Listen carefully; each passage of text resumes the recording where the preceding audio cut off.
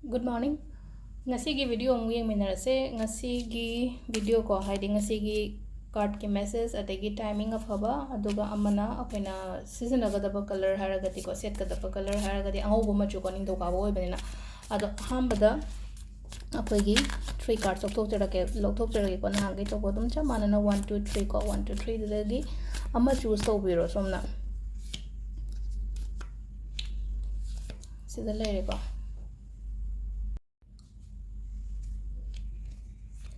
sida lere ko gi 3 cards ko hamba se ko haidi magician and like magician se dum haidi taseng na ina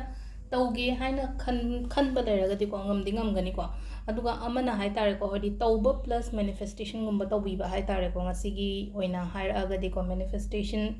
taubiba dai tauge haina khalliba pot to haidar pangthokbiba da kai ba ke shulai te ko mathangi sinna the moon and like a moon se haidi haji dum emotionally down oiba haidar ko yamna sensitive oiba timing gumba oye ko ngasigi oina hairaga di ko adu smaina nungai taba khotaba mayam ama leibe ai adu haji nungai taba khotaba leiriba mayam do share to tho kana no mada hadi wari di thokpa haidar ko ai ga khara nakna ba aina khara thajaba mi mada wari libiba ai gi nungai tre mi mada wari je li thoga di khara yangi da na ko khana sum you ai personal oiro na traga professional gi matang da oiro hadi potse mayam sum hadi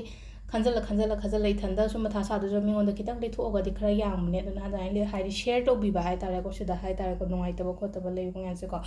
aduga 4 of wands na amu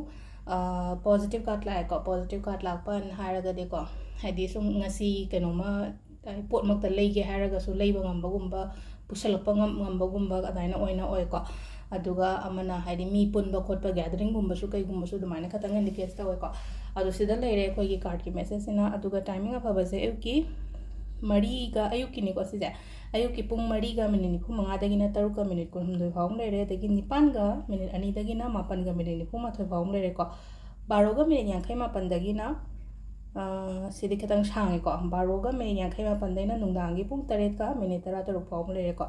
aduga mapan ga minute yankai mapan dagi na pung 13 ga minute kun phawng leire dagi nungdang ahing gi na 12 ga minute ni phum ma thoi dagi na nongalamdai gi 3 ga minute ni phum nga phawng leire ko sisina khoi timing afaba adu sida leire ngasi ayuki card message ko ado ai ngatang leraga ai pot ama share tawrake ko haidi mayam sungroi shodana yengbiro dumasu ko haidi kai toba yage habado ko hajik se haidi cleansing gi kai gi hai tare ko numit se yamna phaba numit ama ai harake ko ado sum hajik leiriba minute kaino gi matang da haidi any pot ama haidi job ki ni khangde paisa gi ni khangde relationship ki ni khangde ko aduga